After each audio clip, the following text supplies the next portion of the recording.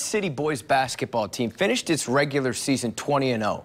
That undefeated mark was the first in school history, but it's a run that almost never happened, and now it's fueling a far greater effort than any unblemished record. Joe Aulisio has more with the Eagles head coach, David Ingles. Thanks very much, Casey. David Ingles joining us, the head basketball coach at Kent City. And Coach, I know we're in the middle of summer, but there's never going to be a time where you don't want to talk about last season. Right, so that's something I talk about all the time. So 20-0, first time in school history, Kent City does that, go all the way to the district finals, and I know just a fantastic year for you. Take us through that ride and what that's like to go through a year undefeated. We never even talked about it. I would say maybe after our 15th game, I think we beat Kanawha Hills on the road, which is a huge win for us. You can see the players starting to think about, hey, I think we can do this. But we really focus on one at a time, which is kind of cliche, but I said that's how we got to 15-0. We're going to keep doing that. And man, the kids just stay focused, and it was unbelievable. A great group of kids. And it kind of, as we've followed your story, it has helped springboard and give you the confidence, I guess, to talk about some things that have happened in the past. So take us back to, is it 2012? Yeah. And just take us through the story of what happened and what progressed and what has happened to you. Yep. So I've had back problems for a long time. Finally, in 2010, I had to have surgery.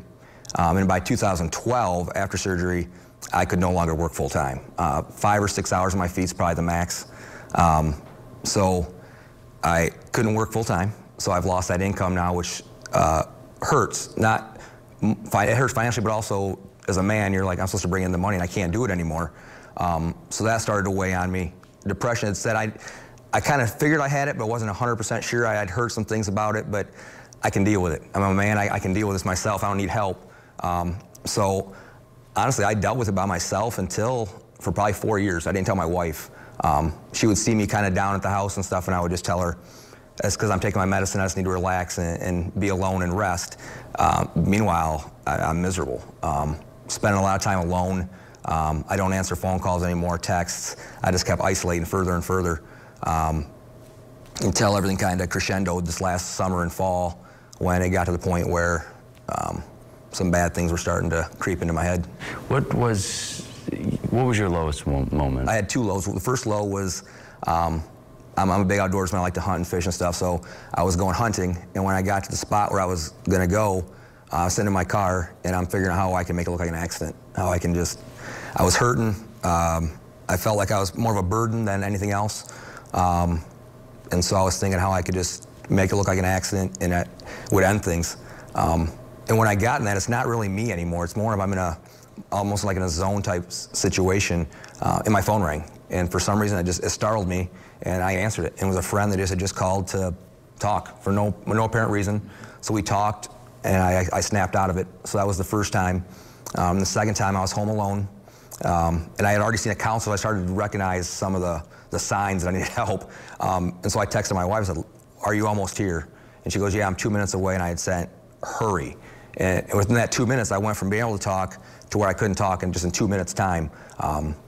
Completely zoned out, very emotional. My eyes are glazed over, and again, I was ready to just not deal with it anymore.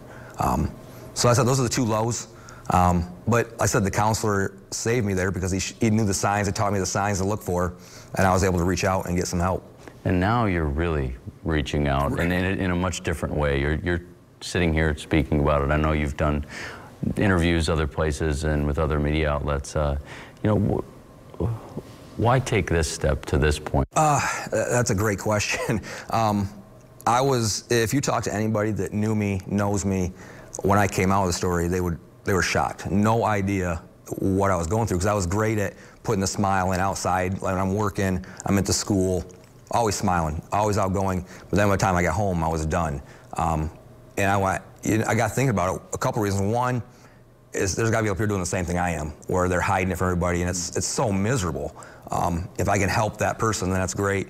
The other thing is it helps me. It makes me accountable now. People know what I'm going through. So now I got to think about what I'm doing because people know.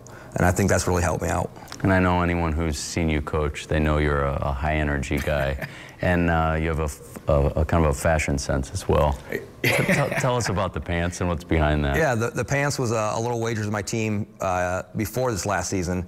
And the players won, so I got to wear my pink pants to a game. And the TV saw it and carried it on. So from there, it's gotten carried away. Where if I wear regular pants, my own crowd will kind of boo me.